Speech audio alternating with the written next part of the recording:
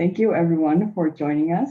My name is Lucy Wu and I'm the chair of the Young Members Presidential Group, a board level committee of the ISSMGE. This session is made possible by one of ISSMGE's technical committees, TC309. But on screen with me, we have Zhongqian Liu, the chair of this committee, and Mingman Zhou, who has led this effort in organizing the session. You'll see them throughout this event. And now I will launch our first poll to get a feel of who is here. So I'll leave this poll up while we have a quick intro to the program.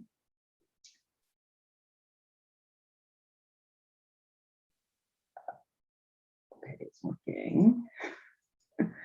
So we had over 900 people sign up for the session. It's way more than what we expected. Here's a map of where everyone is from. So now before we get started on our talks, we have a short intro to the events and some opening remarks from the technical committee that has made this all happen. In this session, we will explore the intersection of technology and geotechnics. We'll start with a presentation from Dr. Bruno Sturitz on artificial intelligence in geotechnics.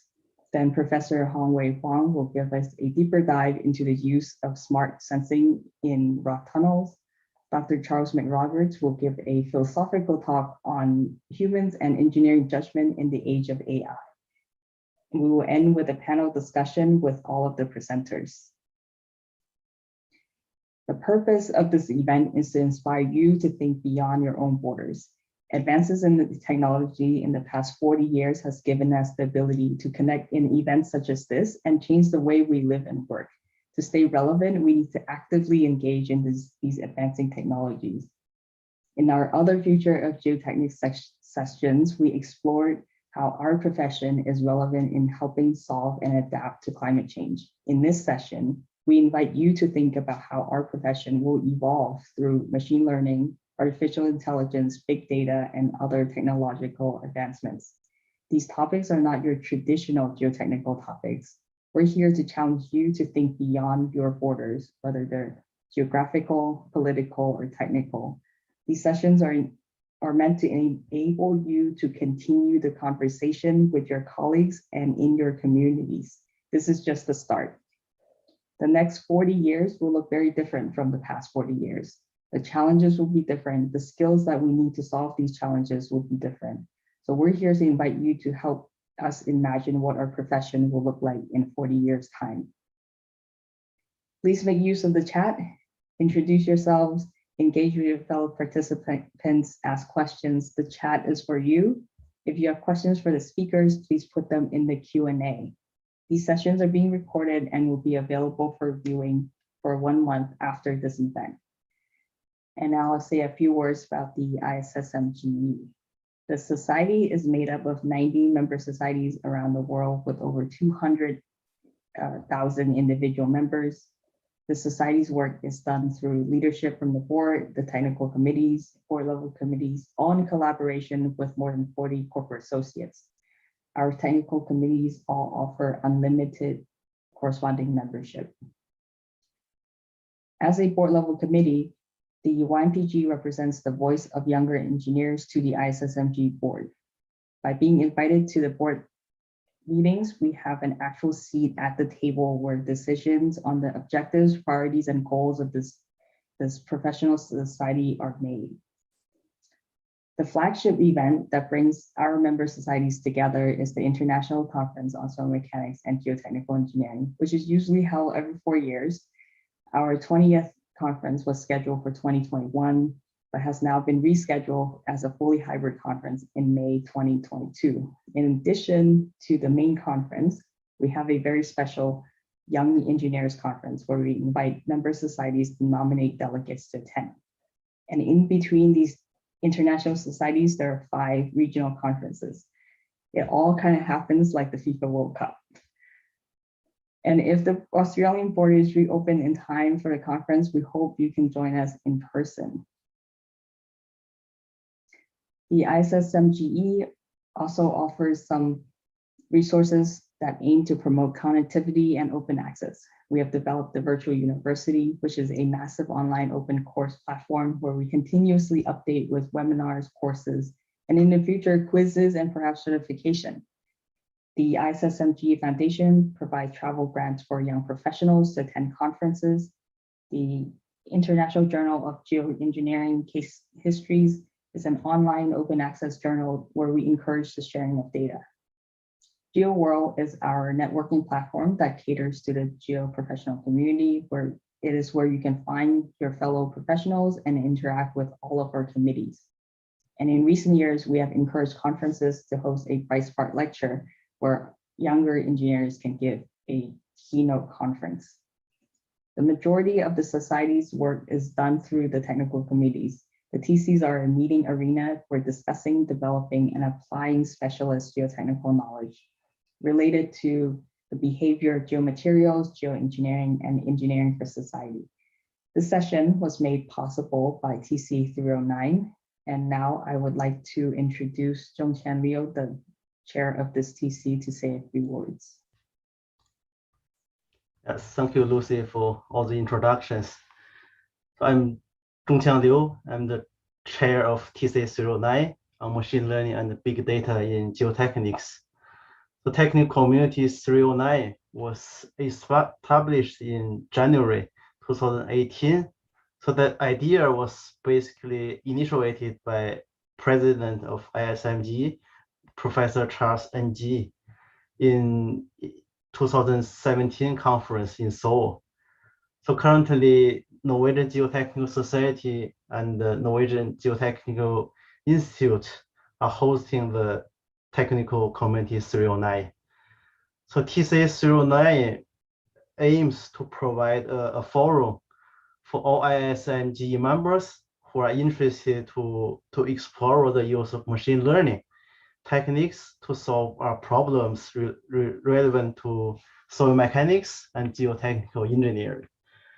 So our main objectives. So first of all, we focus on the dissemination of knowledge and practice by organizing a couple of webinars, by making newsletters and so on. And we also set up a reference list for machine learning, for example, and we prepare state-of-art, papers and newsletters, and we also collaborate with other technical communities to compile, for example, useful database for future technical recommendations. And similar to other technical communities, we organize conference, symposium, workshop. So we assist with all technical programs of international and regional conferences organized by ISMG. Until today, we have 64 members from over 20 countries and regions. With myself as the chairman of this TC and Dr. Mohammad Rizania as vice chair of this technical community. So Dr. Dongming Zhang is serving as the secretary of this community. So for all the details, you can just read our webpage within ISMG. Next slide, Lucy. So I just want to highlight a few events organized by TC 309. The first one is TC 309 conference. So we launched this international symposium on machine learning and big data in geosciences back from 2018. So we host the first international symposium at NGI in Oslo, Norway in the November of 2018. And around 40 geotechnical professionals and data scientists gathered at NGI for a unique one-day discussion on machine learning in geoscience. So on the left side, you can see a group photo of our technical discussion in Oslo. And then 1 year later, we bring this geotechnical discussion or symposium to Shanghai, and Tongji University was organizing this conference in the end of July in 2019, and we attract a global attention in this symposium. So more than 170 experts and scholars from all over the world attend the second symposium in Shanghai. And in a couple of weeks this year, we will organize the third international symposium in Poland. So this time we will run the symposium in a hybrid way. So it's possible to attend this symposium online, and it's free of charge to attend online as well. Next slide, Lucy. And another event I want to touch on is machine learning dialogue. So we, in connection with International Symposium on Machine Learning and Big Data held in Shanghai in 2019, we launched this first machine learning dialogue in Shanghai. And in this machine learning dialogue, so first of all, the participants were asked to fill in a form with a few questions. For instance, what topics you want to discuss and which questions you want to answer, and the points to be highlighted. And then we figure out these 4 different topics about the collection of data, about machine learning implication, and about the application of machine learning in geotechnics, and also the future of machine learning. So the outcome of this this machine learning dialogue can be found in ISMG website. So we published a summary of this machine learning dialogue in one of machine learning bulletins. Next slide, Lucy. And then we organized the second machine learning dialogue in connection with the 7th International Symposium on Geotechnical Safety and Risk Conference in the National Taiwan University. And about 40 experts from around 15 countries and regions were invited to attend this dialogue. And the aim of this machine learning dialogue was to discuss the opportunities and the challenges in developing and applying machine learning to geotechnical engineering research and practice. So again, we have a summary of this machine learning dialogue in one of ISMG bulletins. And this year in November, we are going to organize the third machine learning dialogue with a topic of data-driven site characterization. So this time we will write in a virtual mode. So if you are interested, you can find the detailed information in our TC309 webpage, ISMGE. So more information will be released quite soon. And Lucy, next slide. And the last event I want to point out is student contest. So the aim of hosting student contests is to encourage our students, so our future, to actively use machine learning techniques to solve the actual geotechnical problems in practice.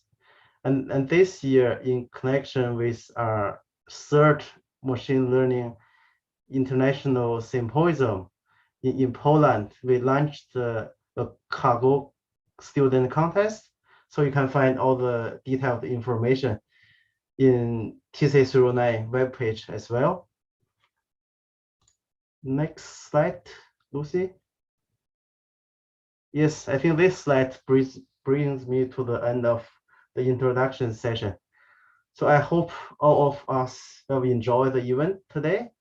and I pass on the stage to Dr. Mingliang Zhou to chair the technical presentations. Floor is yours, Mingliang. Thank you, Zhongqiang, and thank you, Lucy. Hi, everyone. I'm Mingliang Zhou from Tongji University, a member of TC309 and the YMPG. Welcome to this technical session. I'll be the moderator of the following 3 inspiring lectures from Bruno Stewart, Hongwei Huang, and Charles McRoberts. First, we will have Dr. Bruno. He is a professor at the University of Ghent and an offshore and geotechnical engineer at the OWI lab. He has strong interests in teaching software development and data science. Now let's welcome Bruno to share his insight on AI in geotech. Bruno. Hi, everyone. Let me start up my presentation. So you should all be seeing my screen now. If you don't, just let me know, Mingliang. And thank you for having me to talk about AI today. So as stated in the introduction, I split my time between teaching and research at 2 Belgian universities, and I'm presenting this lecture from our auditorium in Ghent today. So we have a couple more participants here in the room. In this lecture, what I would like to do is to actually demystify the topic of AI in geotechnics a little bit. Because what we're seeing is that machine learning is used by some individuals in the profession, but not yet very widely used in geotechnical engineering. And the thing which does not help, in my opinion, is that artificial intelligence, machine learning, and deep learning are used as buzzwords, and sometimes there's a little bit of science fiction air around that, and I think it doesn't necessarily need to be that way, and these techniques are closer to us today than we might already think.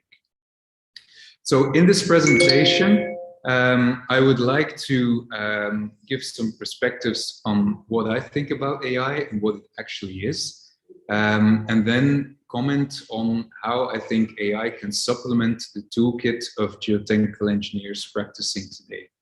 And in any case, if you're interested in having more resources about AI, then TC309 is there to help.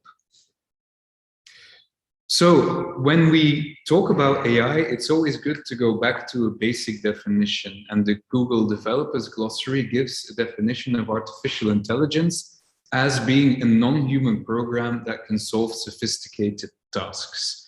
And this definition is really fairly broad. There's lots of things which are just programs that solve sophisticated tasks.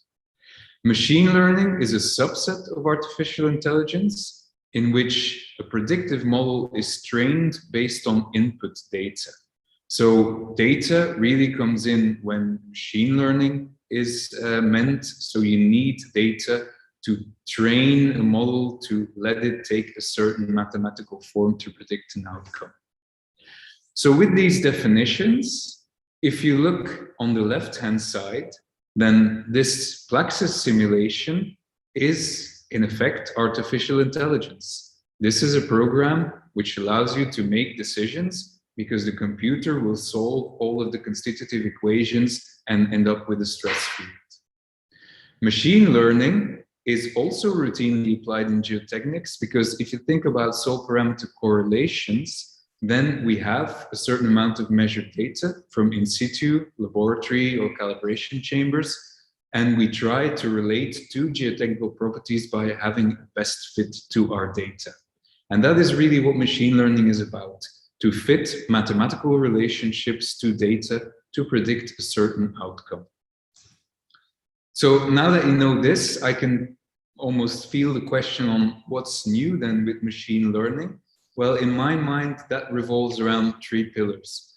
And the first pillar is the increasing amount of, the increasing availability of machine learning algorithms today. Because the machine algorithm that we know best is a linear regression, but there's many more algorithms out there, sometimes with very complex mathematical formulations. But packages like scikit-learn isolate that mathematical complexity and put these models at the fingertips of practicing engineers to allow them to really focus on the data and the problem at hand through script-based workflows.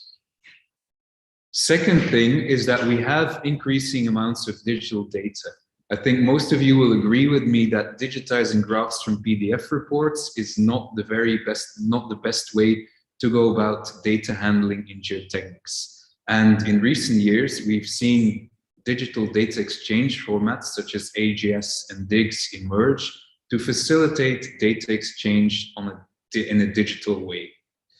The other thing is that when construction feedback is gathered at construction sites, so pilot tests, drivability records, etc., then this data is more and more captured by machines which have computers on board, and you can have text files or Excel files with the operational parameters during construction. Finally, the Internet of Things, so sensors hooked up to the cloud, offer a wealth of monitoring data, and using IoT to its full effect can lead to large volumes of data that we can analyze to better understand our structures. The final component is computational power.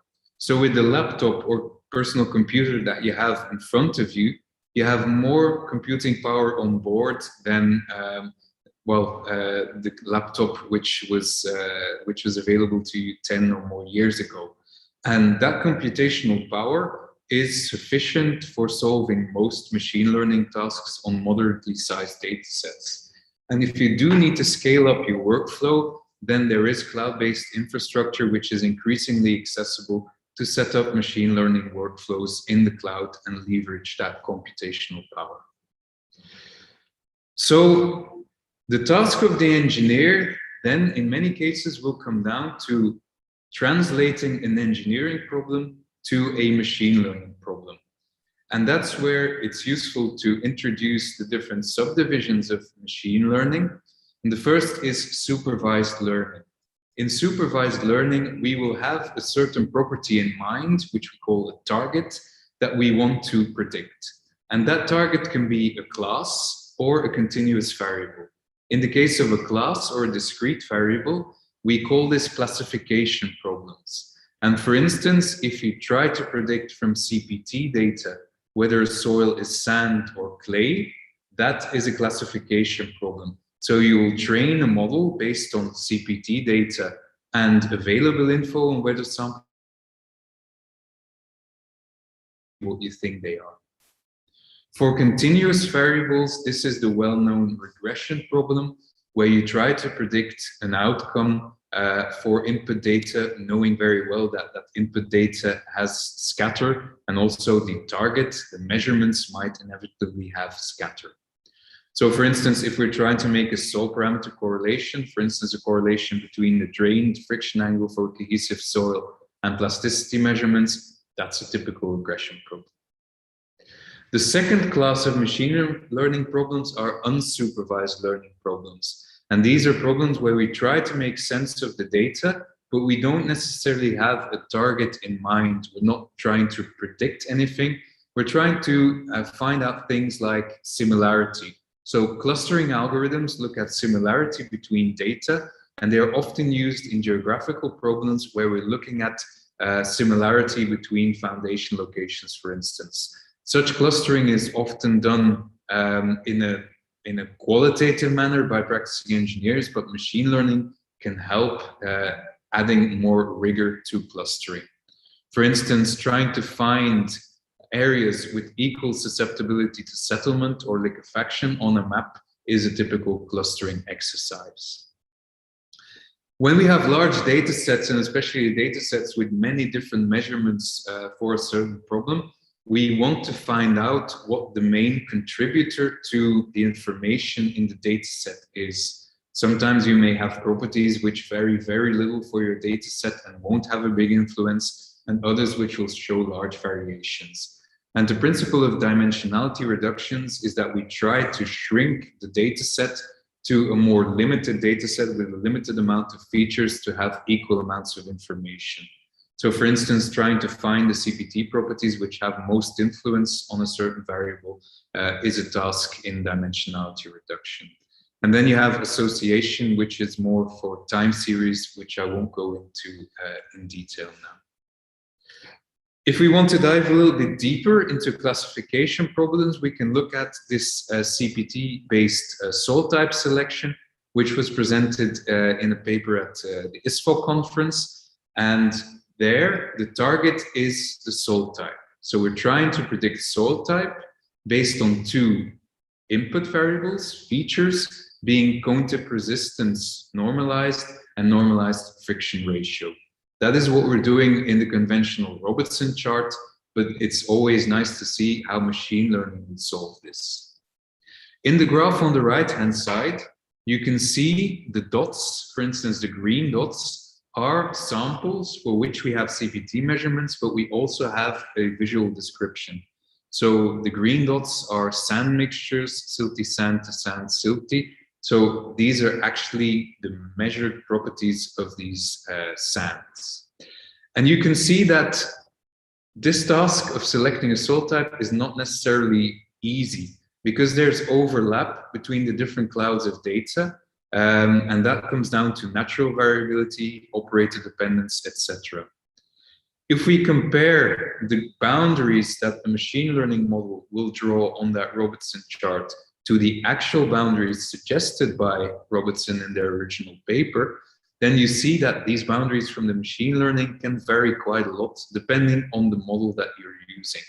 In the choice which is displayed here, you can see that there is considerable overlap between the region 3 from the machine learning and the region 3 from Robertson charts, and also the data points classified as clay are captured rather well. But for the sands, the region 5 and 6 and silty sands, you can see that the choice that the machine learning model makes is quite different from the choice by Robertson, and there is also considerable overlap between the regions. There are different machine learning models that you can use to select these boundaries, and I won't go into more detail here, but you can always check them out in the paper. But more importantly is to ask yourself the question, do I have a model which can really represent the underlying physics of the problem? Do I have any nonlinearity? Because if I do, then linear models simply won't work. Once we have a model, we need to evaluate its quality, and we have certain metrics to do that. The metric which is shown here is called a confusion matrix. And in a confusion matrix, we are checking whether the label that we predict for a data point in our data set is actually going to correspond to the true label. We see that for the soil type number 3, that in 91% of cases, we will correctly assess the soil type. But for other classes, such as a class 6, the clean sands, only in 49% of the cases will we predict that it is also that our prediction will actually be a sand. In the other cases, it will predict another soil class. So assessing that model quality, but also making sure that our model generalizes to unseen data is something which should be of concern. Because we can train a model to perfectly fit the data in our training data set, but when we take it to perform on new data, it might be very poor performer. In that respect, it's always useful to split up your data set in a train and a test set to already make sure that your model generalizes well during the development phase. For a regression problem, I just wanted to introduce this case study, which was hosted in a data science competition for the ISFO conference, where we had installation records at 114 driven piles in North Sea. And the participants were giving CPT data, hammer logs, and pile structural data for these locations. We already prepared the data because we'll see in later slides that data preparation is an essential step.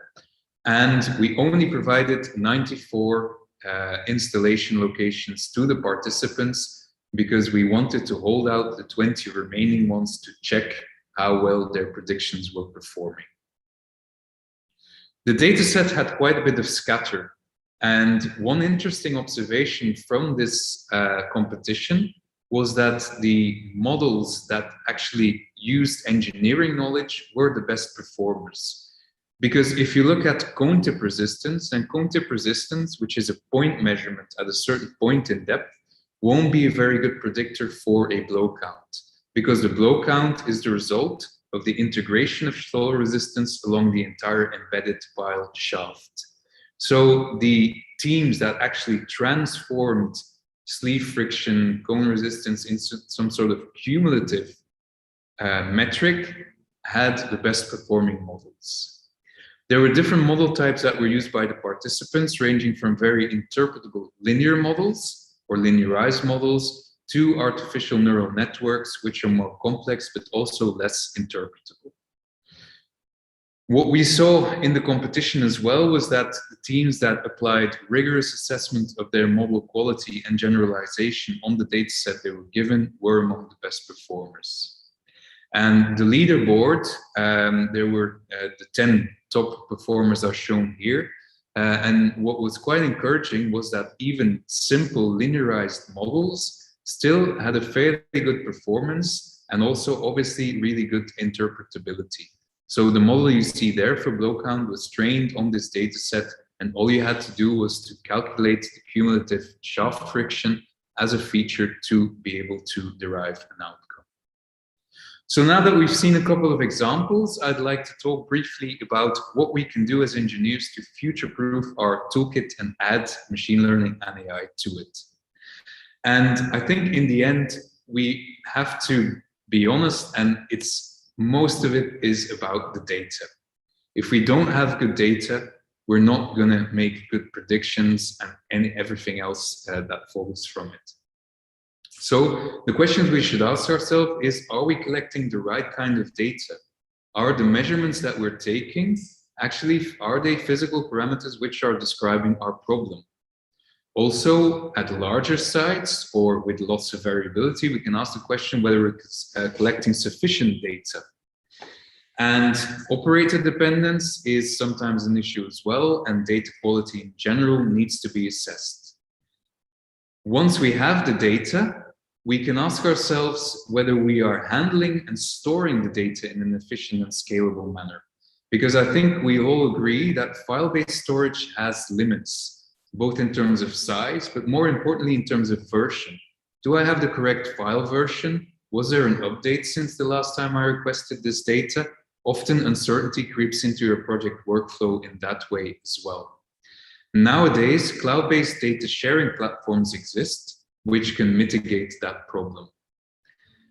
And then finally, for the engineer, I think the main task is to learn the necessary skills to handle, evaluate, and manipulate data, and scripting languages come in very handy. There is a learning curve to overcome, but once you get beyond that stage, you will be amazed at the things you can do with these tools. To offer a little bit of maybe food for discussion, I would like to make an analogy between booking a flight on an online reservation site and retrieving a particle size distribution curve for analysis. You might think, what has the one to do with the other? Well, just listen.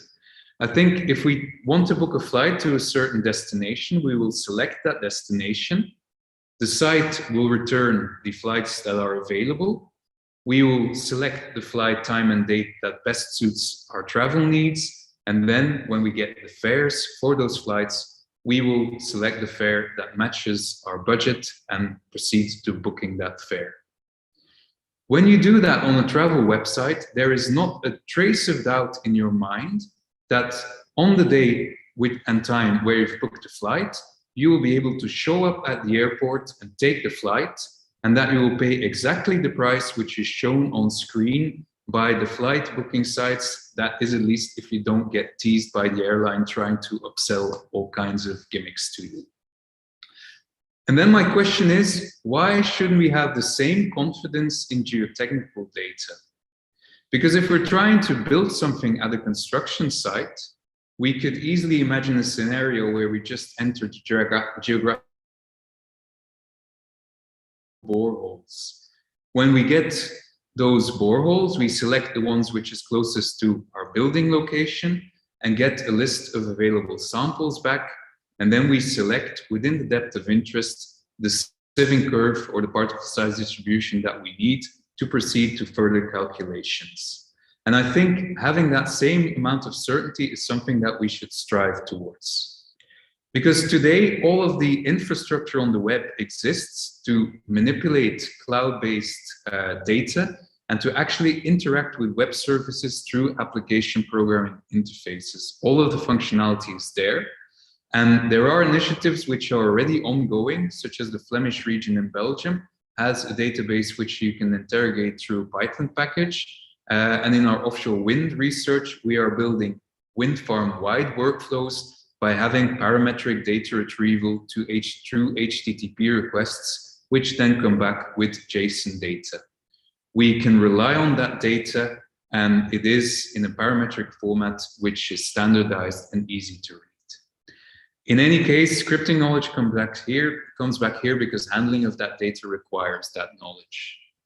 But once you get the data in, applying a machine algorithm is becoming relatively straightforward, because packages like scikit-learn will guide you in how to use the models, and you can really focus on selecting which features from the data you're using, what kind of error metrics you're calculating.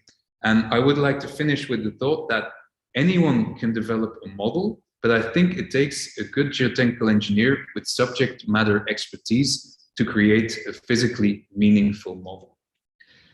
So to conclude, I think AI and machine learning are closer to you today than you might think they are. You just need to take that little extra step to add them to your toolkit. But if you use a modern day data science library and acquire the necessary scripting skills, you will get going in no time. I'm sure of it. I think the challenge on us as practitioners is to really push for high quality data collection and to gather site investigation data, construction feedback, and monitoring data in standardized formats, and also offer them through databases for fostering open innovation.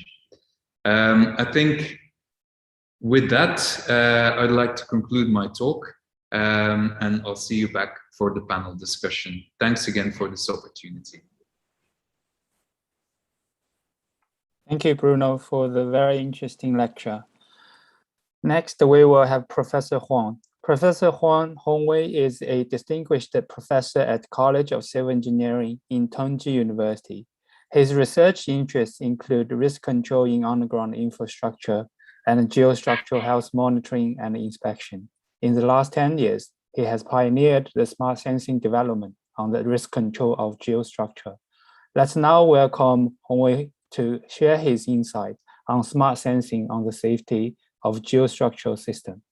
Professor Huang.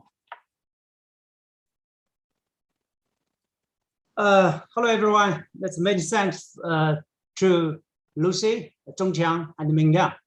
I'm very happy to give the talk for the AI application in geostructural system. And just our last 10 years, the research prove that the AI indeed is indeed a great powerful tools for our safety management. So my talk will focus on just for the specific techniques, especially in the AI application that's in our geostructural systems.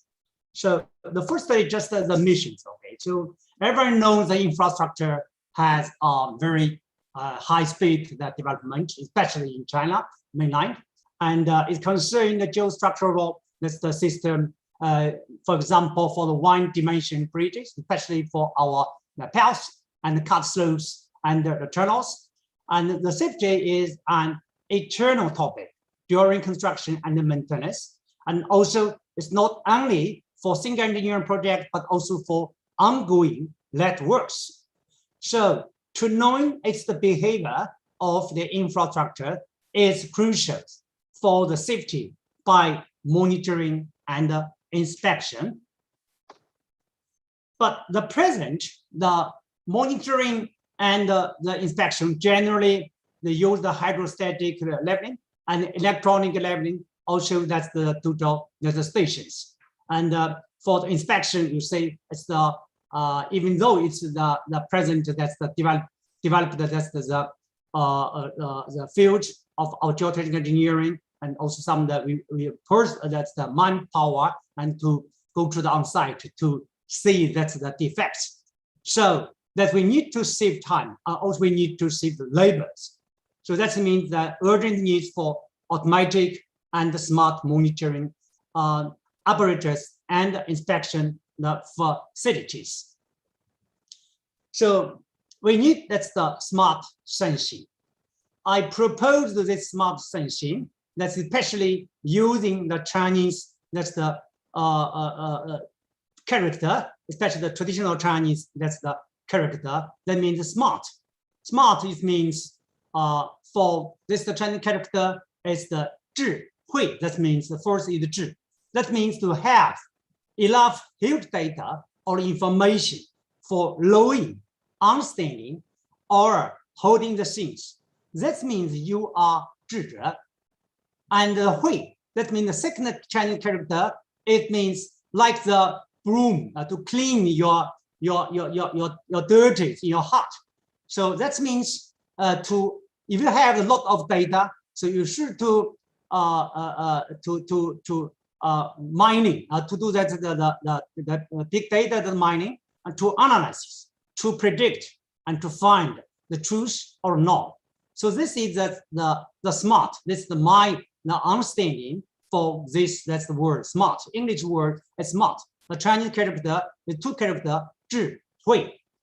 And the second is that's the sensing corresponding to that the Chinese character is 感知. That means the first is 感. It means to look, listen, and feel the object. So that means that's the meaning of the 感. And the second character is 知. That means to know and understand. That means to evaluate the state. So this is the smart sensing. That's just my understanding for smart sensing. In the ancient time, in the Chinese, that's the medicine field, there is a doctor. His name is Bian Xue. It's very famous. That's the doctor. He proposed that's the diagnosis methods. That means 望闻问切. That means look, listen, question, and feel. And he just very famous. That's the doctor. So today I will to showing that that's the studies in the last 15 years and how to do that's the look, listen, and feel. Because for the question, it's too difficult for us to ask a question to the geostructural system. Maybe in the future we can to communicate with the structural that's the systems. Well, so that's just the first that's the mission, and second, just the smart sensing technology. And firstly, I will just show you that's the in the broad and the channel that's the in the channel structure inspection the system. The first just the Japan MIMMR and the Swiss line and our developed that's the 2012, and also that's the for the metro rail that's the system, and also for that's the route tunnel inspections. And another just for from the that's the Canada and Spain, the jointed for this the inspection the equipment, and the Swiss line for GRP 5000 and Spain, and also for that's the this one, and also we have just the 3-dimensional scanning. That's just the 2 years ago we developed this one for that's the real that's the tunnels. Okay. Well, just obtaining this the images, and we use just the deep learning algorithm for the classification of different kinds of the defects, including water leakage or crack or spalling, and then just the detection and where is the defects and which kind of that's the defects, and then to do the semantic segmentation and to see how about it that's the defects, its size, its error, and its position, and also just the instance segmentation and to say its background. So that we just in recent several years, we did this one to identify or to recognize the different kind of the defects by the deep learning algorithm. So the following when we did this research, we use the classification that's the method and the detection and the segmentic and the instance segmentations.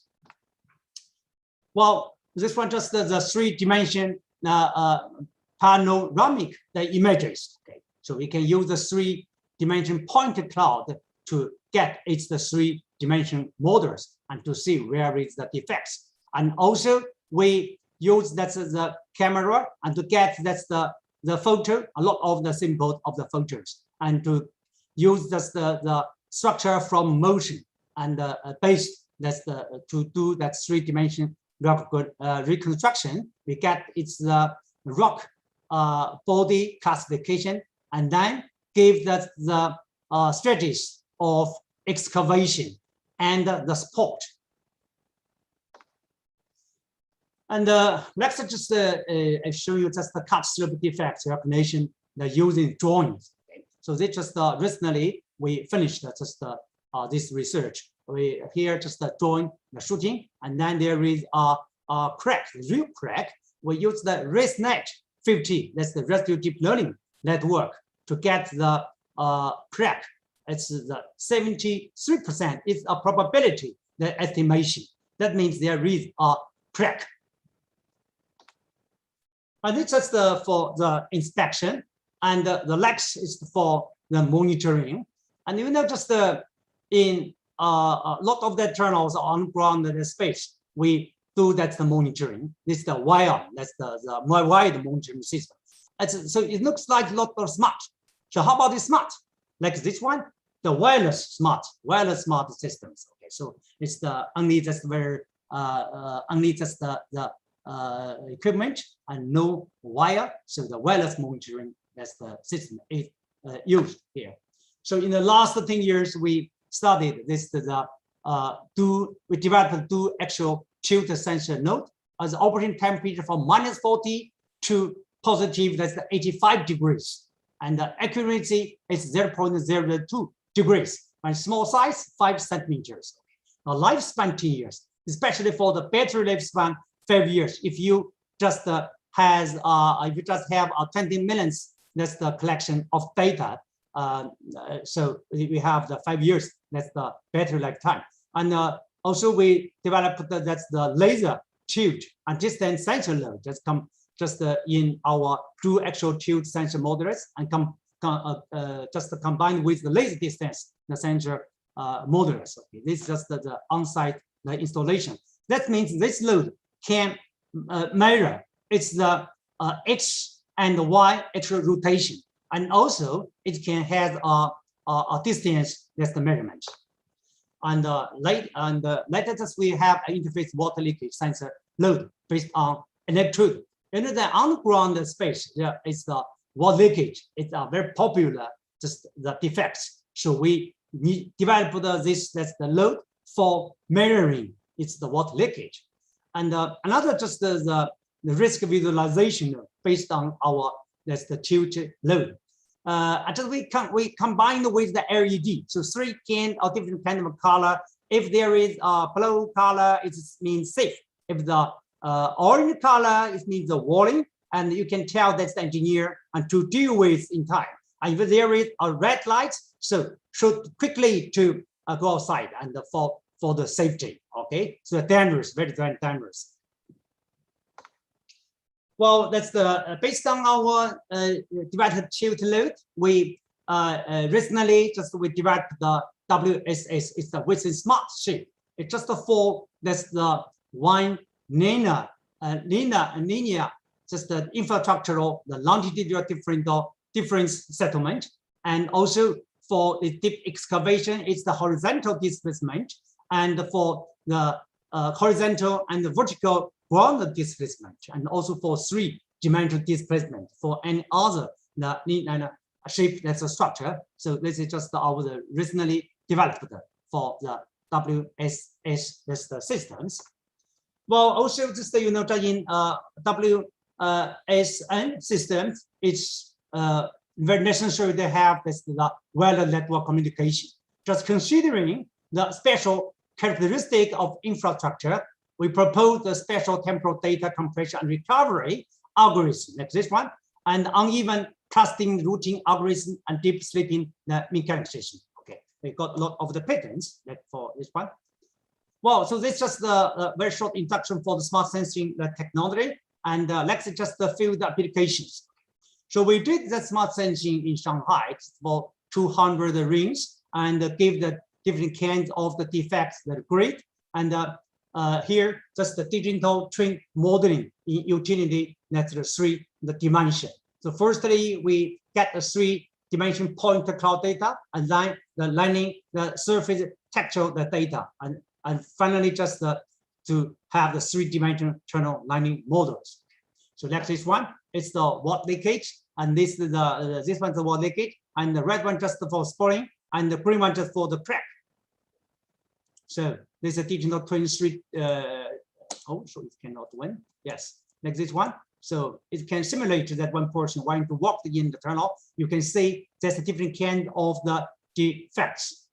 So the rooming. Okay.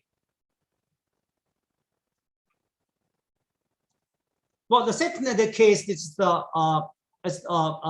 Shanghai line number 2. Just it was finished just the 2010 years. It's we installed just 20.4 kilometers for the wireless monitoring section. This is also the first long-term and long-distance application of WSN internals. So we installed in 2015, now August this year, now just the 6 years. Okay.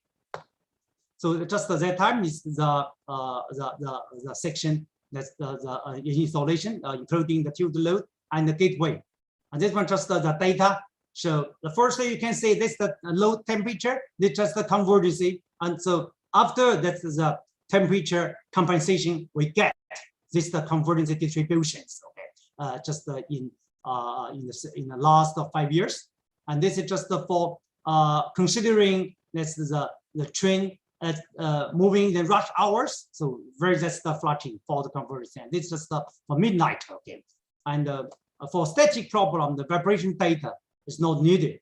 A dynamic problem, vibration data is correct. That's the necessary. We use the common filter to deal with this one, this data. And another just for quickly as considering the effect of grouting. So you see like this one. If you use the traditional convergence, you just know this point is the convergence, but you do not know which this side, this segment can have a rotation. So it cannot. But if we use this one, you can get it can reflect it's the grouting effect. Like this one. Here it's the no grouting, so this side is okay, very flat. And finally, I will to have this the future the prospect. Okay, so the first one just I propose this the traditional Chinese medicine. The 4 diagnosis methodologies can help to evaluate geostructural system safety and health by AI technology.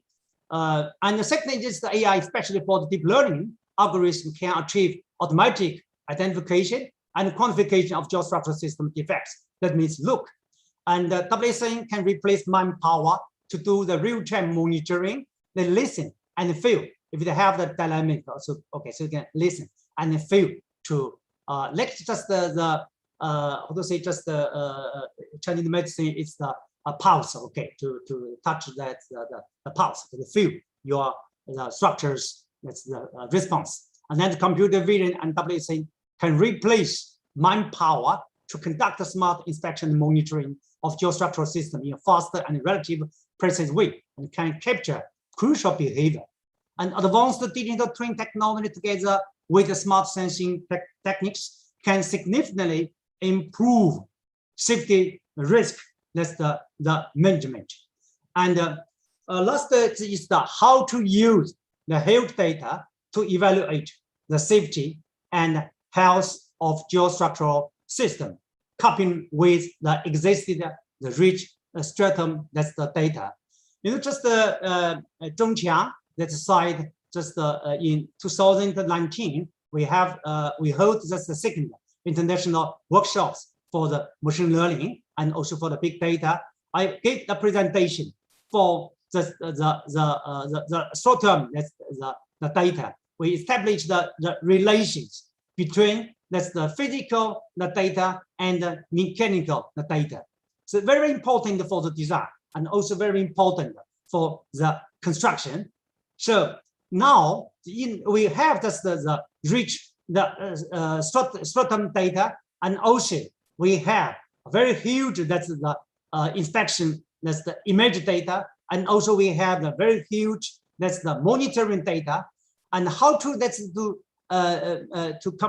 compose all this one to consider all this data to give us the judgment to evaluate the safety and especially and also its health. So this is just a challenge. This is a challenge. Okay. So I just give this is future perspective of just my idea.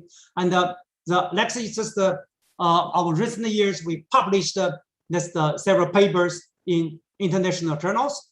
This is the computer vision based inspection. Also, that's why I use the word look. So you can see just for this automation in construction and structural control and health monitoring and all of this. That's the international journal papers. So if the students that can is very interested for this one, you can go to this journals and to look the papers. And next is just the WSA monitoring. So this means that listen and feel. We also published just about 12 the papers in structural infrastructure and also just the tunneling and underground space technology and engineering and constructions. Okay. Well, I think that's I should close my presentation, and thank you again. And if the audience are very interested to the monitoring and inspection by AI, so you can use to scan this our WeChat. That's the code, and to have this sharing for our published paper. Okay, thank you again. Thanks. Thank you, Professor Huang, for the inspiring lecture and gave us a unique insight on smart sensing in geotech. Next, let's welcome Dr. Charles McRobert to share his insight on human in the age of AI. We shall play a recorded lecture from Charles, and he will come live for the discussion session in 20 minutes. Hello, my name is Charles John McRobert, and I am a professional engineer and lecturer in geotechnical engineering at Stellenbosch University in South Africa. It is my privilege today to speak to you about humans in the age of AI, trying to look to the future to see how we, as engineers, will interact with the technology of tomorrow. However, before we start, let's consider why we are here. Most of you will be engineers, so let us think for a moment what it is that we do. What is engineering? I recently obtained my professional engineering license, and in preparing, I had to think about how I would answer this question. Problem solving is perhaps a common definition, but as Henry Petrosky points out in his book, To Engineer is Human, problem solving is not unique to engineers. So how are we unique? I can't recall where I heard this definition, but I like it. Engineers are entrusted by clients to solve problems because they have the right education, experience, and judgment. We as engineers develop expertise to be trusted to solve particular problems for others, most often for an exchange, that is, a payment. But how do we solve these problems? In his book, Discussion of the Method, Billy Vaughan Cohen unpacks how we as engineers use tools or heuristics to solve problems. These tools help us to discover and reveal possible ways to solve problems. However, they are never truly correct. They are approximations, and are ultimately fallible. Yet we have to use them. Okay, so let's turn our attention to artificial intelligence. While the idea of AI is ancient, it perhaps gained the most traction in the middle of last century at the 1956 Dartmouth Summer Research Project. At this meeting, the premise for AI was that human intelligence can be so precisely described that a machine can be made to simulate it. This idea is common in science fiction writing. While a great deal of work went into trying to create this type of AI, a growing chorus of skepticism emerged. Perhaps one of the earliest was the scientist turned philosopher Michael Polanyi, a colleague and friend of Alan Turing at Manchester University. In his short book, The Tacit Dimension, Polanyi argued against the idea of all knowledge being explicit, and that our ability to know and solve problems is because we have a type of knowing we cannot tell. This may seem a bit abstract, but Hubert Dreyfus unpacked this idea a bit more in his book, What Computers Can't Do, which argues that human expertise depends on unconscious instinct rather than conscious symbolic manipulation, and these unconscious skills can never be fully captured in formal rules.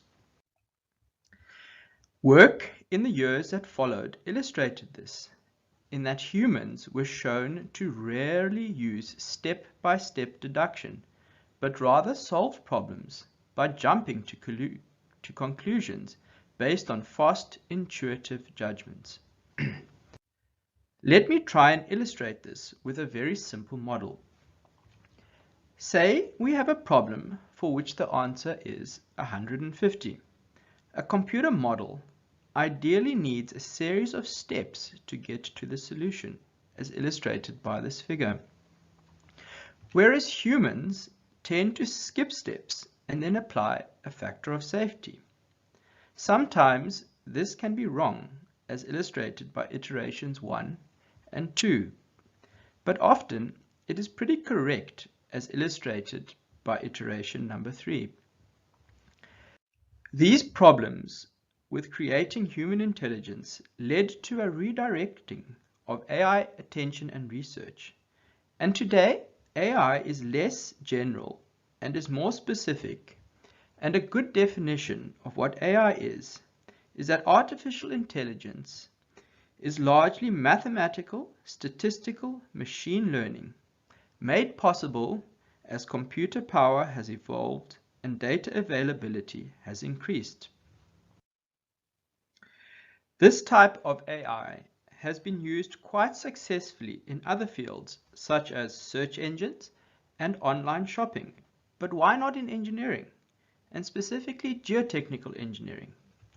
Well, this question was asked at a conference on machine learning and big data in geosciences at Tongyi University in 2019, and the following answers were obtained.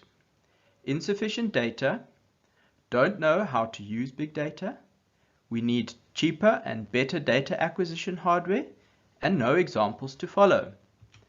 Perhaps I am an optimist, but I think that most of these obstacles will be easily addressed in the next few years. However, I feel another obstacle stands in the way of AI dominating geotechnical engineering. Let's use an engineering example to see this obstacle. Let's say a client wants an engineering artifact, for example, an anchored retaining wall.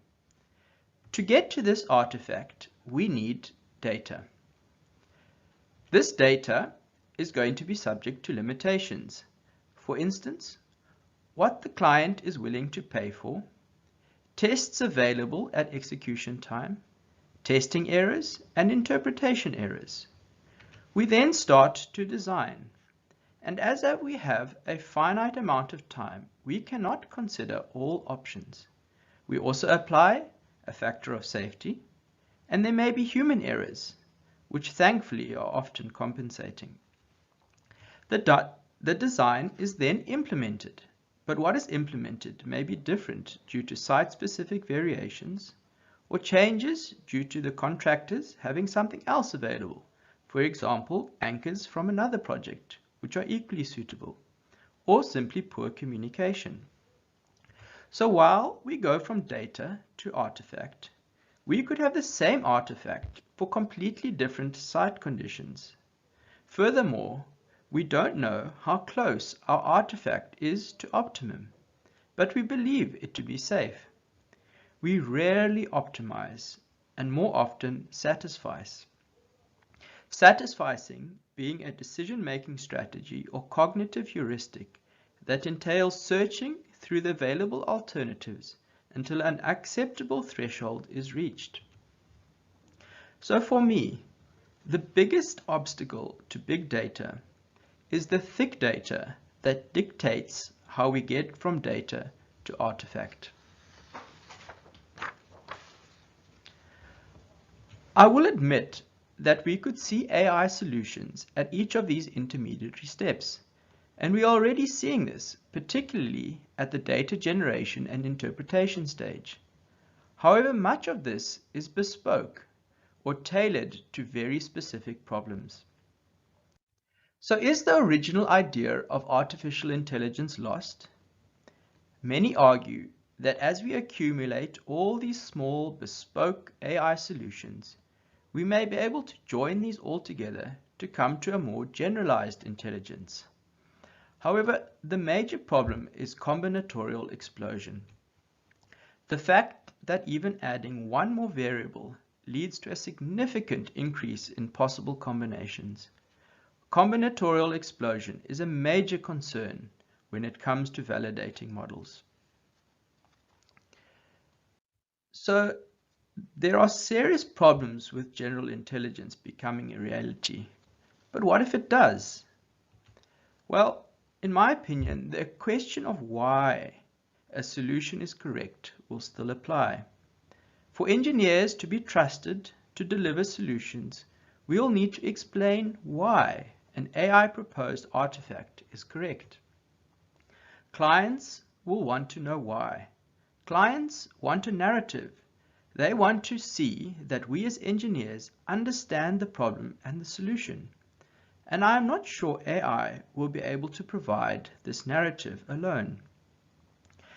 And if things go wrong, I am not sure clients, or judges for that matter, will accept an answer that it is what AI said, even if everybody else is doing it. We will be asked why a solution was deemed correct, and we will need to provide an answer. Perhaps worryingly is that it is often near impossible to understand why modern statistical AI programs make particular decisions. They rarely are black boxes. AI can easily become an unknown empirical relationship that precedent suggests produces correct answers. Will we be comfortable with that? So, am I a Luddite, someone who is opposed to new technologies? No.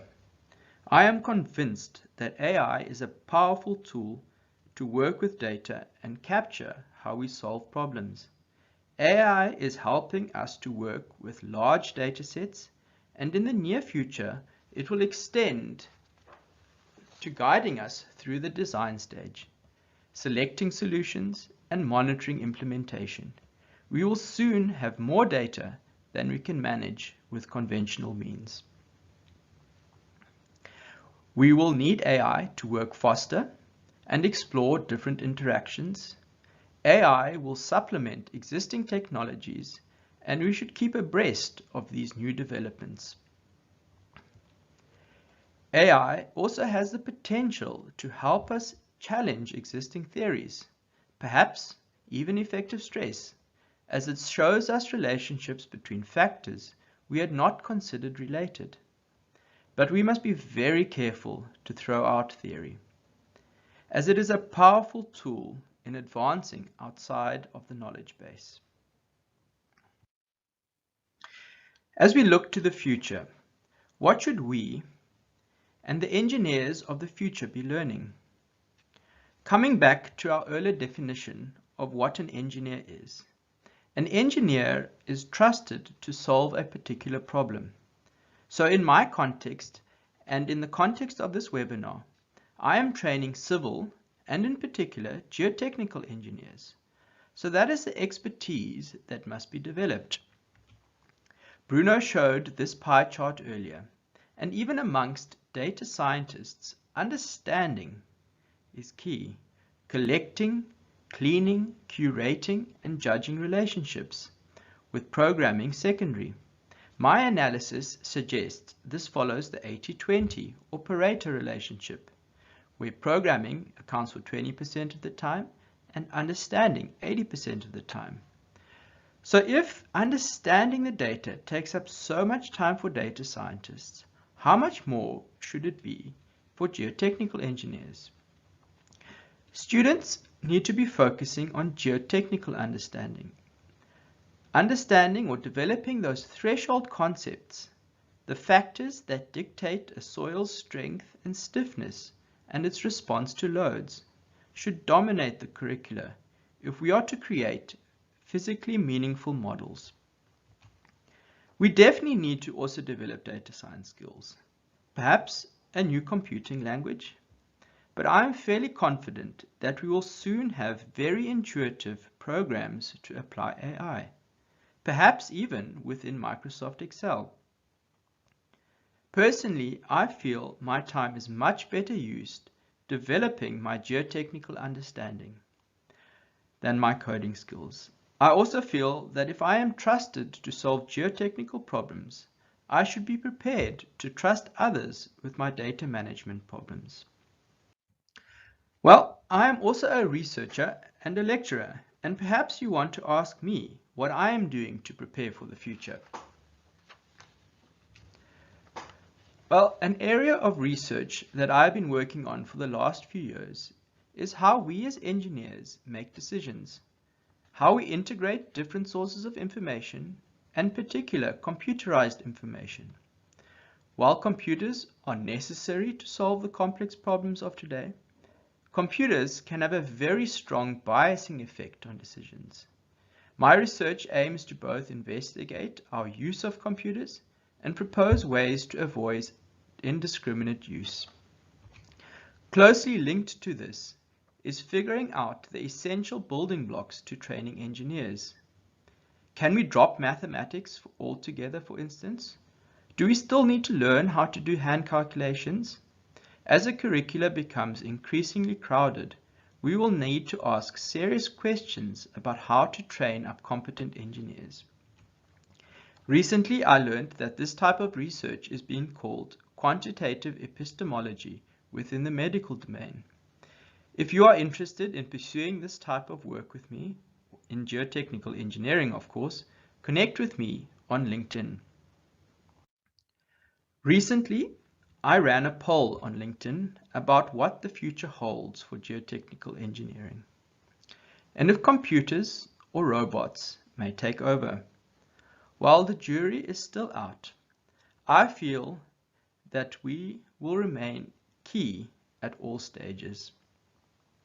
Ground engineering problems are either not very amenable to extensive calculation, such as housing foundations, or are so complex that calculations tend to be very bespoke, such as foundations for a suspension bridge. I truly believe that geotechnical engineering is a field that has so much uncertainty that we will need AI to deal with it more thoroughly, but that the uncertainty is so great that we will be never without a job. So in conclusion, my first point is that geotechnical engineering is complex and requires considerable judgment. My second conclusion is that artificial intelligence is mathematical, statistical machine learning, and definitely beneficial. My third concluding point is that if general intelligence becomes a reality, humans will need to grapple with why. Firstly, why did general intelligence become a reality? And secondly, why are the solutions proposed by general intelligence correct? and why should clients be willing to believe us? If you would like to explore the subject a little bit more, there is an article that I wrote together with Sukumar Pathmandaval last year that was published in the journal Georisk, titled Digitization, Sustainability and Disruption, Promoting a More Balanced Debate on Risk in the Geotechnical Community. So thank you for listening to my talk. And if you would like to get into contact with me, please search for me on LinkedIn, Charles John McRobert. And I hope to continue this conversation with you in a more meaningful way in the near future. Thank you. Thank you, Charles, for the interesting lecture and gave us a philosophical insight on AI in engineering. Next, we will have Professor Foon to chair the discussion session, together with the three speakers, to inspire us on the topic of eyes on the future. Professor Foon is an award-winning teacher and researcher. He is currently the chair of TC 304, Engineering Practice of Risk Assessment and Management. He has been active in coordinating and promoting geotechnical risk analysis and reliability-based design codes. Now let's welcome Professor Foon to chair the discussion session. Professor Foon.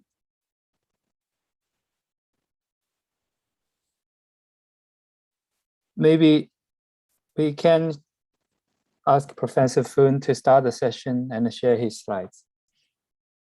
Thank you very much, Ming Liang. Good evening, good morning, and good afternoon to everybody. I thought we could start off our session, this panel session, by getting us to pose some questions. Has that been done already, Ming Liang? Yes, we have done the questions posed. I think Lucy is collecting them. So we have circulated some questions. This is just to get an impression of how you all think about the future in terms of research, industry applications, and also in education. I think Lucy is providing you with a list that you could just quickly, this is not a scientific exercise, so just feel free to enter your opinions into the poll. We'll give everybody a few minutes.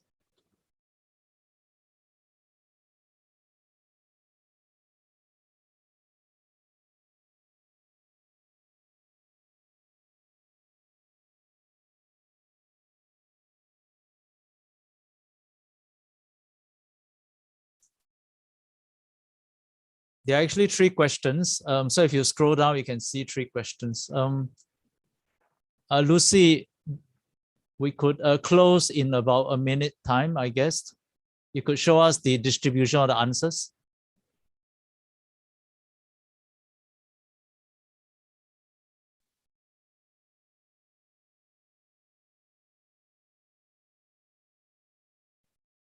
Yeah, I think we have people are still answering.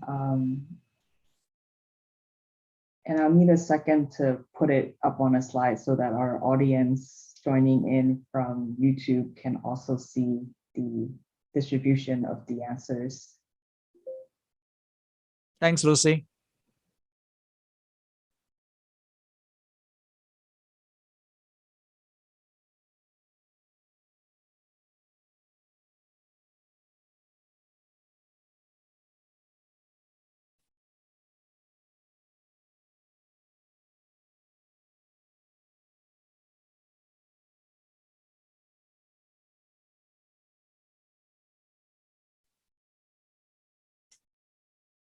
So I'm sharing the results of the poll in the Zoom, and I'll put it up on a slide in just a sec. You can start discussing these results if you like. The one that you're showing on my Zoom now is the summary. Yes. So based on the first question, the poll, we are kind of like getting your impression about in what area research will be important. So we have I guess the majority of you all felt that sustainability is a very important question that we need to move forward on. And I think that's really interesting since it's such a hot topic now. And interestingly, the majority also felt that machine learning and AI is important, and data is number 3. Our next question deals with what will be the important step for us to consider in terms of industry. And I think half of you actually felt that we need to be starting to look at smart infrastructure. The least would be on building information modeling and digital twin. Third question, is it possible for me to scroll? I guess we can all look at the third question, which is on education. So this is really interesting. Majority felt that we need to strengthen the human part of our skill, that we are still having an advantage. And so you all felt that creativity and the ability to use our human skills, especially in terms of human-to-human interaction, is very important. The other two are almost the same, digital skills and AI solutioning skills.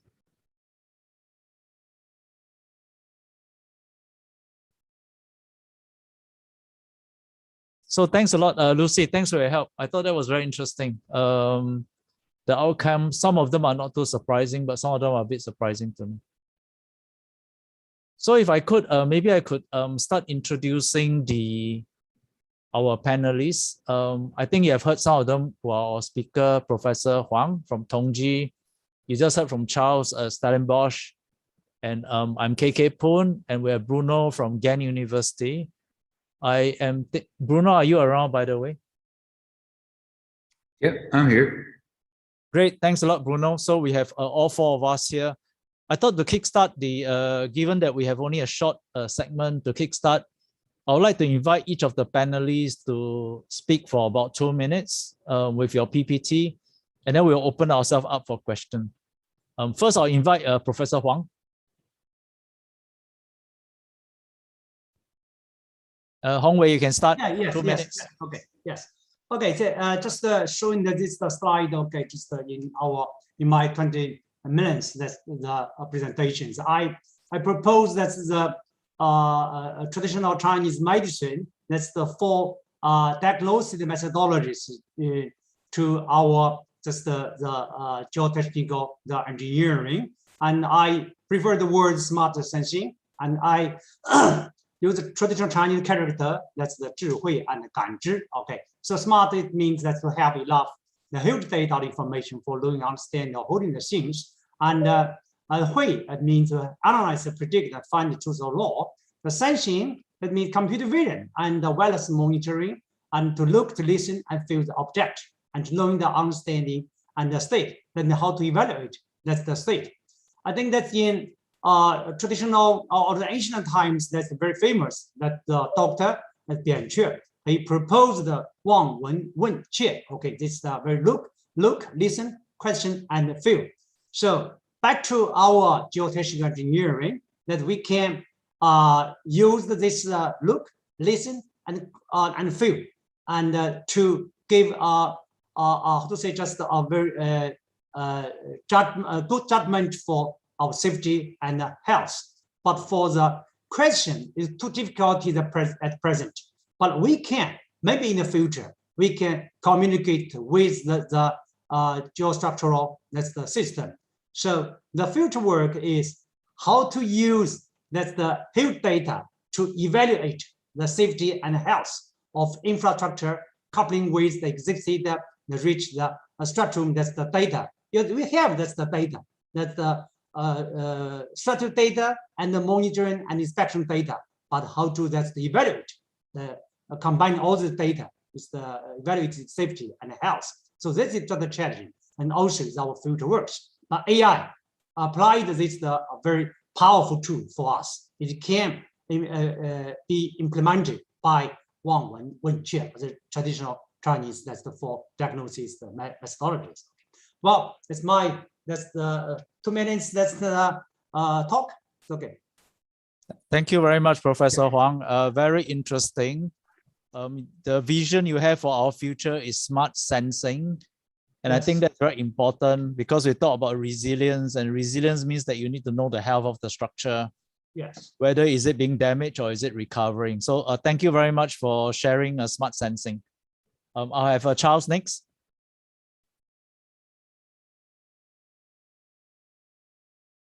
Hi. Yes. Yes, I Charles. think if you can just click twice so that there's two animations there. Okay, and you can click through to the next one as well. Okay, I think for me the big thing with big data is that I think in geotechnical engineering we're always going to be working with the data deficit. Our design, even if sort of our sampling improved 100 times from what we have now, there's always going to be a lot of human decision making involved in even using AI and even using machine learning.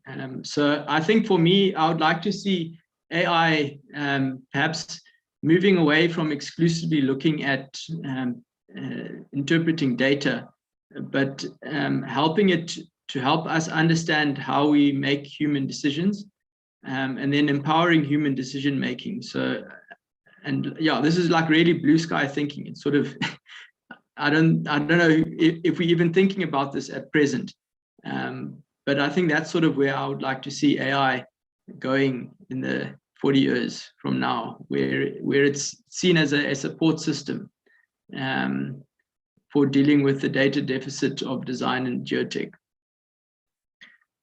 I think that's my point.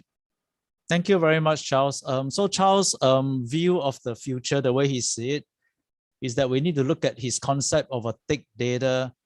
And the way I understand his work is that he's trying to urge us to think about how we can strengthen the, how the human can enter this so-called decision-making loop, so that it's not just purely a machine affair.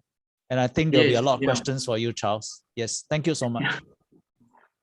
Okay. Next slide, and that'll be me. My idea is of the future is very similar to Charles, and I call that data-centric geotechnics. They involve three key pieces. One would be the data, and I call it ugly data because our data in geotechnical engineering is imperfect.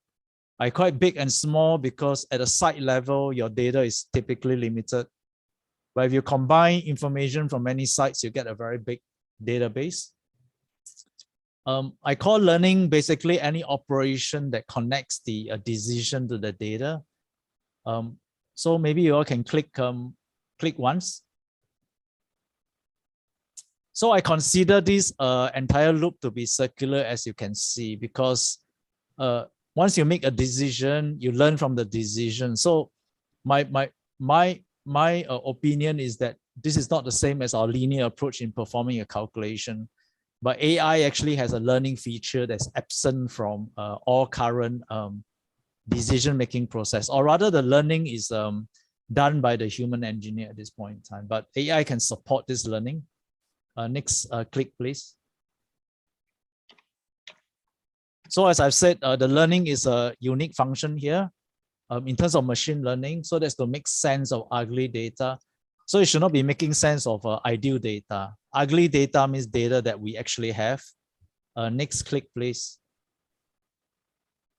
And this is the second part is absolutely, I think is linked and identical to Charles' viewpoint. I call it explainability. So my desire would be that this entire learning loop cannot be a black box, because if the engineer cannot understand how the solution is obtained, the engineer is only left with saying yes or no with no understanding. That to me is not putting the human in the loop, because you're almost like saying yes or no for no reason other than tossing a coin. So I think this human coming in, making sense of the decision from the machine is important. I'll stop here. Let me invite Bruno. Yeah, thanks, KK. So one point I wanted to lift out of my presentation was the way in which we retrieve and share geotechnical data, because I think there is still room for improvement there.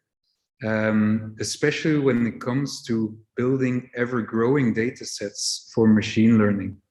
Because it was mentioned a couple of times that we have this learning feature, but every time you get new data, you can repeat that learning process and update your models. And to do that, you should not have any, well, you're trying to prevent data losses. And by storing data in a centralized database with a rigorous quality assurance system for any data that ends up in that database, you can actually come a long way into making AI and machine learning a reality. And then if a database is, of course, something which is maybe a little bit abstract for people, you ask the question, how do I need to interact with a database? Well, these days, application programming interfaces provide ways to retrieve data parametrically by simply formulating HTTP requests, which you can type in any browser window. And from those HTTP requests, data comes back. And based on the data which is coming back, you can either do calculations or launch further queries, such as the one shown here, where you try to find the closest borehole to a certain location. You get the borehole back, and then you retrieve the Atterberg limit tests for that given borehole. I think if we can push people to develop more of such databases, not only for factual site investigation data, but also, for instance, for the results of pile load tests, because the majority of building codes are based on a database of pile load tests. But if you ask the people in those committees how many of these pile load tests they have actually seen and studied in practice, then you might sometimes be surprised.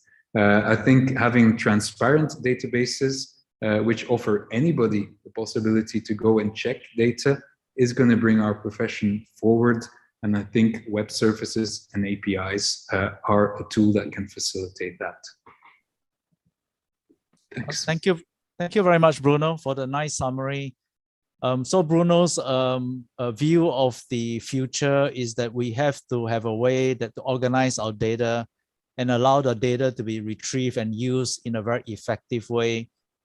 So this is certainly a very important bedrock before you can talk about machine learning or even making decisions. So thank you very much, Bruno. I believe all the panelists have a chance to share their very brief view of the future, and I think it's more important that we engage the audience. So I'm actually opening up this panel for any questions from anybody.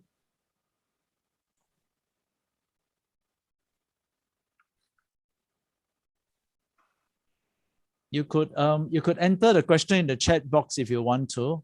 I wonder if that feature has been enabled. So we have some questions in the Q&A that has come through. So maybe we can start with the easy one about learning. And in this case, it's human learning, not machine learning. All right. The attendee would like to know that as a student, this person says, I believe that AI and machine learning is the future of geotechnical engineering. However, not many university has integrated this into the curriculum. Can you give some suggestions on where to start learning? And while that it may be easy to find something to do this online, for very general machine learning and artificial intelligence, it's very hard to know where to start, especially if I'm interested in applying specifically to geotechnical engineering. So where to learn the basics and how, like, where to find curriculum that's more specific for geotechnical engineering. So if I can understand the question, Lucy, the question is about how I should get started if I were to be a student. Yeah. I'll open this up to anybody. Charles, Bruno, Hongwei. Bruno, you want to say something? Yeah, I think it is true that there is courses out there online, but I think it's always best to start with an application. And I think the data science competitions, which have already been held, are a nice starting point to begin with. There was the ISFOG challenge on pile drivability. Now there is the Polish conference where the student competition on rainfall prediction and groundwater pressures is available. And I think those nicely curated data sets give you an example that you can apply your skills on, and you'll learn much more on that because there you're also applying your subject matter expertise. Thank you, Bruno. Where do you find that?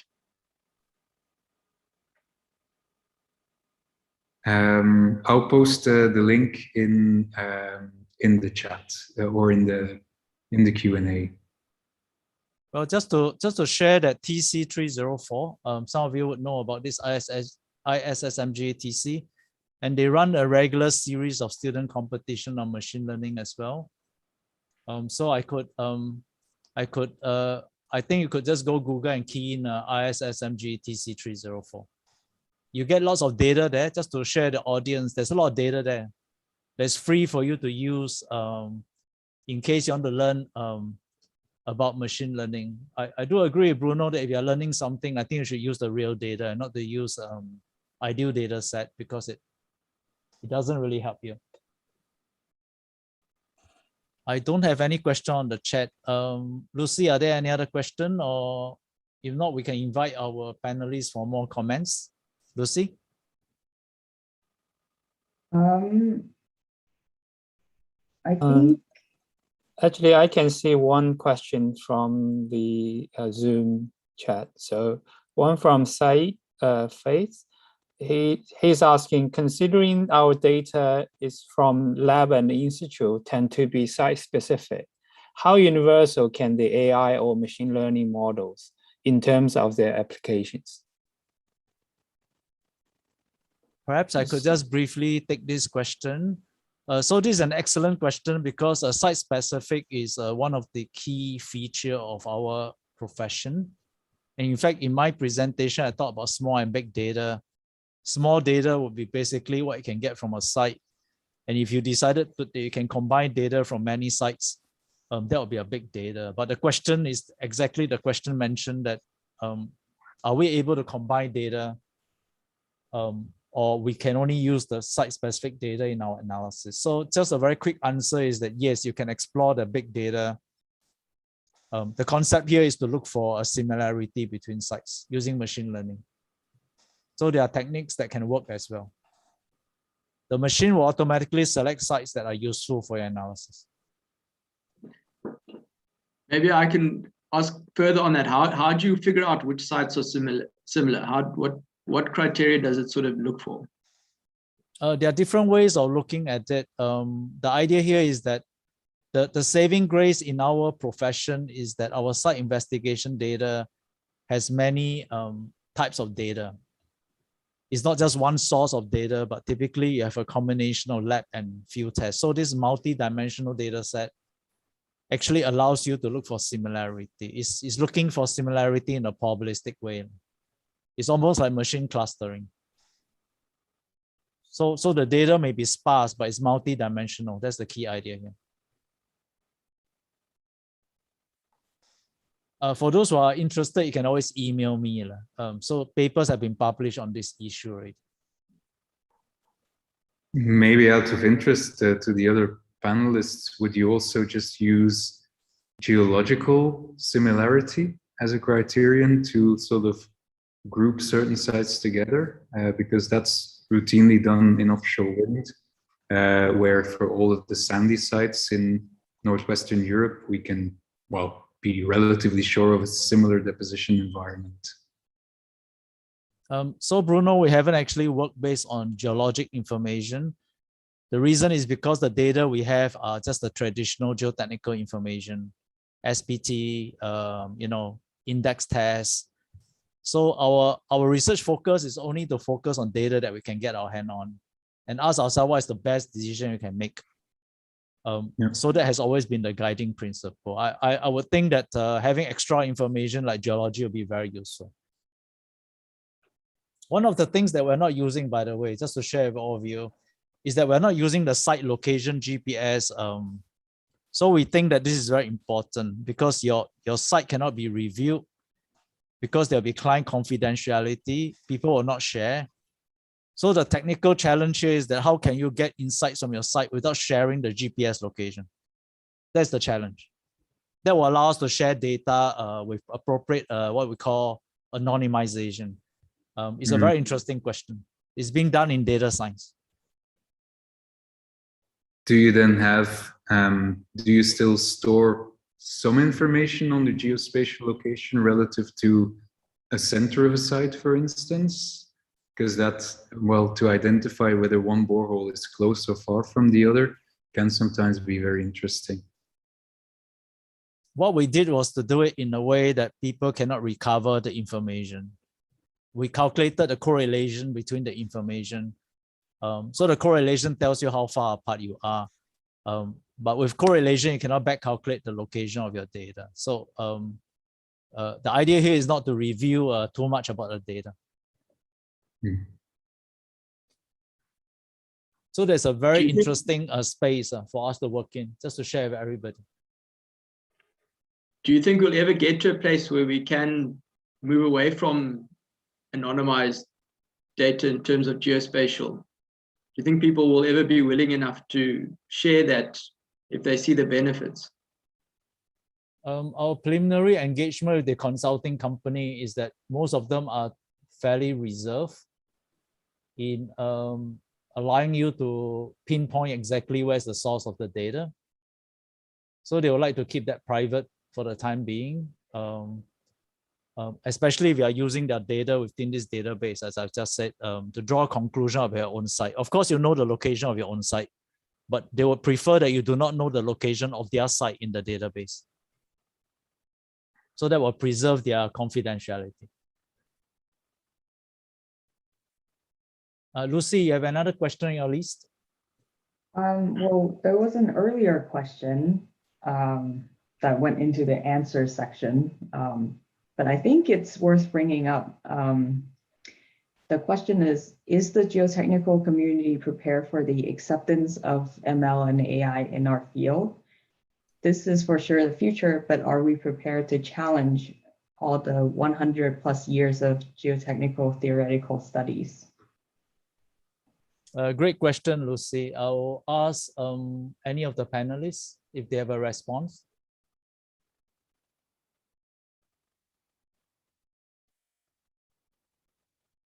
If I could just kickstart and maybe Charles or Bruno or Hongwei could join in. So my view is more pragmatic. It's the fact that if we assume that all this Internet of Things will grow, sensor technology will grow, every device is collecting data. So instead of thinking about it as AI or whatever, I just feel that we have to deal with a lot of data. There must be some way of dealing with a lot of data. If not, what would be the point of collecting all this data? So that's my very limited view in terms of the growing volume of data that we'll be facing. I don't think human judgment, human beings can process that amount of data that's coming at you. I think that's not possible to make sense. Anybody want to add in? I think what I disagree with in the statement is that the person asking the question talks about challenging 100+ years of geotechnical studies. I think it's not about challenging them, it's about embracing them and using them as part of our already available knowledge and build engineered features or transform our input data in a certain way that we making use of those insights to build even better models. And then I think, well, there is one area where I think we should be willing to challenge existing equations mainly, and that's in soil parameter correlations, because soil parameter correlations were developed using a machine learning-like workflow. And if you need to recalibrate them or you need to adjust their uncertainty bands, then that is just something that needs to be done. And I think recalibration of these correlations is something which is long overdue for certain soil parameters. But I think that requires testing, and data might tell you a certain amount of things. You can get more information from data, But at one point, you're just going to have to also do more testing and more, more investigations and laboratory work to get more data. So that's my opinion on that matter. Thank you, Bruno. Anyone has anything to add? Excuse me, KK. Yeah, Hongwei, please. Well, for this question, I think there's no worry about just 100 years later. So, because just for our civil engineering, because of AI development, maybe it will be unmined, just unmined the harbor, unmined the driving, unmined everything. Okay, so if there is an unmined trend, we should have a lot of the research to implement this kind of the research. I think there's no worry about the future. Okay, so no problem. We have we should collect a lot of data. We should to establish a model, and we should to develop the machines and for the construction, and we should to develop the machines for the maintenance and for everything. So I think it's no worry. The 100 years later, maybe it will be good. That's the perspective for our civil engineering, especially for our geotechnical engineering. Okay. Thank you, Hongwei. Professor Fung, we have another question. Can AI or machine learning capable of identifying and confirm whether the groundwater is phreatic or artesian or from any other source? So it's basically to asking when you get a set of data, can you be able to identify the source of the groundwater data? Well, go ahead. Yeah. If you're looking at it from a classification perspective, if you have certain other features in the data set, which allow you to train a model to predict whether it's phreatic, artesian, or something else, then I think you have the necessary basis there, but you need those other input features which can have to contain the information necessary, all the information necessary to make that decision. That's the way I would try to address this in the machine learning context.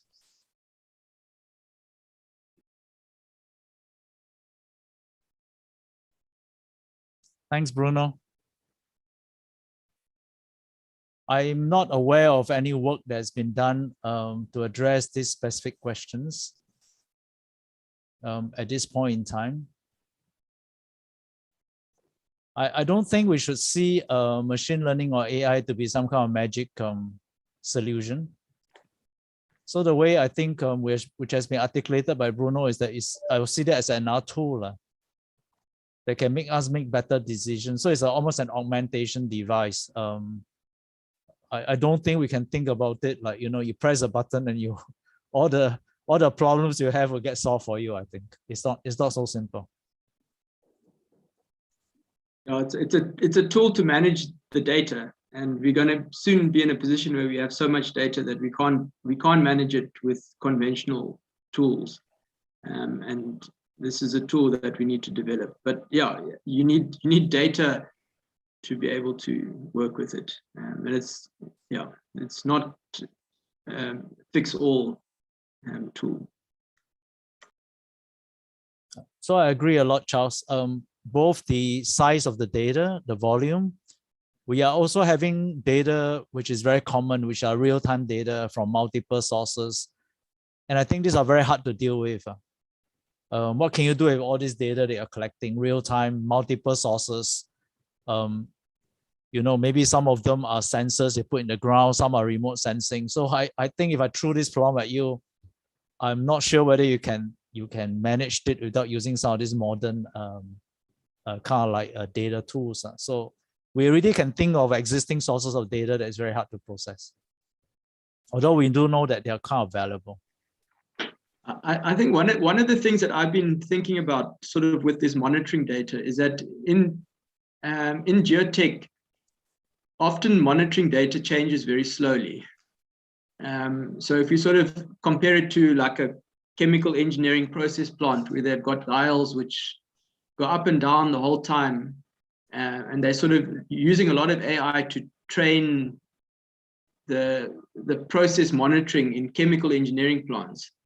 And I'm just wondering, like, how are we going to do that in geotechnical engineering, where we don't sort of have things that go red all the time, and sort of, because we might have indicators that stay at the same thing for 5 weeks, and it might creep very slowly over a year, and sort of how do we make indicators that provide meaningful feedback to our design? That's maybe a question I can pose to the panel. Well, just very quickly, Charles, I'm not aware of a lot of work done in this area. As you correctly put it, our kind of real-time data is very interesting. It moves very slowly, but at the most important critical moment, it moves very quickly when it's about to fail. Yeah. So it's a very interesting signature.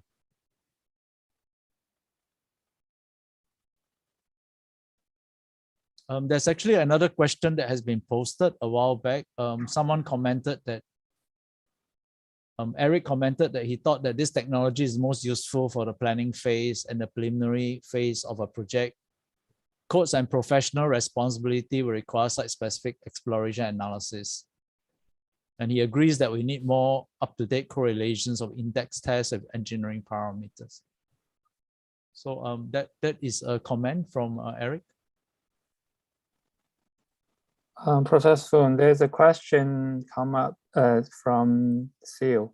How do you envision this topic, AI and the interpretation of ugly data, being taught to undergraduate or postgraduate students at the university in the future? Would it be more of an application or practical approach basis or theoretical learning? Well, I mean, that's just my personal opinion. I look at all these machine learning or AI tool to be not dissimilar from using finite element tools to understand a problem better. So I think the first priority for sure is to learn how to use a finite element software correctly to get answers that are meaningful. And I will apply the same reasoning to machine learning. So I don't think the first priority is to learn how to do coding, but rather to learn how to use these tools correctly to solve our actual problem. So I would prioritize looking at what's the value on our decision. But I do not know whether the rest of the panelists got other opinion. Feel free to join in.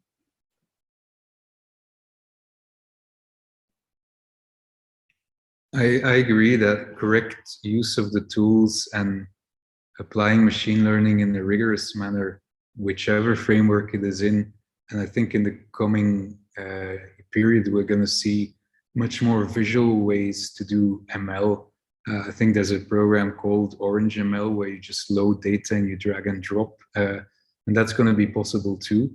But what is invariably true is that you should have a basic understanding on what the quality metrics are for your models, and also how model generalization can be evaluated. So things like doing data set splitting to evaluate how well your model performs on unseen data. I think being able to make a distinction between a good model or acceptable model, I don't know if certain geotechnical applications will ever lead to good models, but between an acceptable model and an unacceptable model, to me, is a skill that the engineer needs to learn before being a very good programmer. Thank you, Bruno. Those are great points. Almost, I think every single machine learning or statistical learning tools can have what we call an overfitting problem. And so, yes, I think the student has to learn about all these training set, validation set, cross-validation. So this will be very important topics. I agree.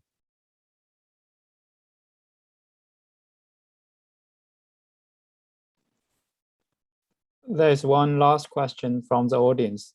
Can it be legislated that all documents for development submitted to local authorities, including borehole data, becomes property of the local authority, so as to clear the problem of confidentiality? Well, that's a good question.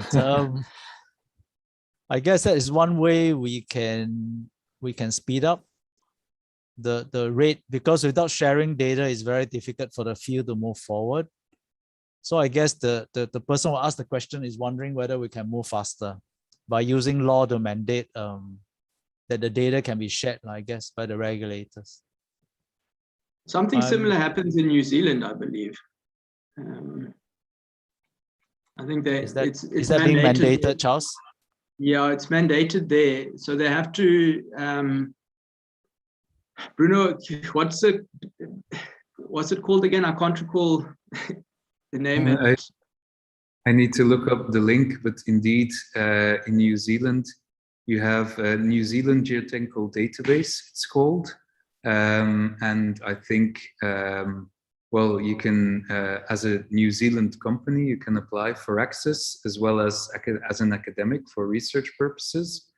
And I think in other countries, so here locally in Flanders, for instance, I'm actually sitting in the building where our centralized government database is maintained. And so all contractors performing site investigation have to send their data here to this office, who are then responsible for quality checking and upload to the database. And I think, so it is possible to legislate it, but I think it needs a strong, it needs a push and so that the people in the right positions to see the value of that. Because I think that possibility for open innovation is going to make things better for everyone. So Well, thanks for sharing, Charles. Yeah, Hongwei. Yes, okay. Indeed, it is a very challenging, that's the question. It's quite difficult to answer yes or no. You know, now just if we have the data, now the data now becomes that's the asset. So it's very difficult to share the data, especially for the very important data with the local people. So I suggest that for the academic, that it can be to share for some that's the limited data. Okay. So, but for the because it's an asset, so it's quite difficult to say that's the open to all to some things. Okay. Wow. Okay. Thank you, Hongwei. Yes, I think it'll be tremendous if even within one city there's a legislation to share data. But I think my point about anonymization of data cannot be avoided, because there'll be some data that are very useful, like monitoring data, sensing data that Prof. Huang talked about. This talk about the performance now is not site investigation, performance of a structure. I think some of the data will be sensitive. So eventually we need to deal with the scientific question. If the data is very sensitive, how can we use the data without revealing revealing too much about the project? That will allow us to use all the data. So this is what I call an anonymization question. I think Lucy, did we use up all the time? It's 7 o'clock on my side. Lucy? Yeah, thank you, Professor Fun. I think I'll close this session, and Lucy is sharing the slides. So thank you for attending this series of presentations and lectures, Future of Geotechnics. And this session specifically concerned technology, AI, and the big data. I would like to say thank you, a big thank you to the three committees, YMPG, TC309, and TC304 for all the support to make this session happen. And also would like to thank you, Lucy and Zhongqiang, to make this session happen and drafted ideas of how we should make this session presented to the audience. And I would like to thank the speakers and Professor Fun to host the session of the interesting and inspiring discussion. And last of all, I would like to also thank all the teams. We had numbers of meetings online to discuss how to make this session happen, and I would like to thank all the effort to make this happen. Finally, I would like to share what we have achieved in this session, and this session has been attracted a lot of interest from the audience. 900 plus registered guests tried to attend this session, and I can see today more than 300 attended the Zoom meeting webinar, and a lot of them, I believe, are attending the live stream in YouTube channel. And we have audiences from more than 10 countries. And last but not least, I would like to share, thanks to the agreed consent from all the presenters, the recorded videos of the presentations shall be processed and uploaded on the YMPG YouTube channel. So please keep an eye on that. And you may follow up the materials which will be announced on the Eventbrite page on our website and futureofgeo.org. Thank you, everyone. Okay, Thank you. thank you. Bye-bye. Bye-bye.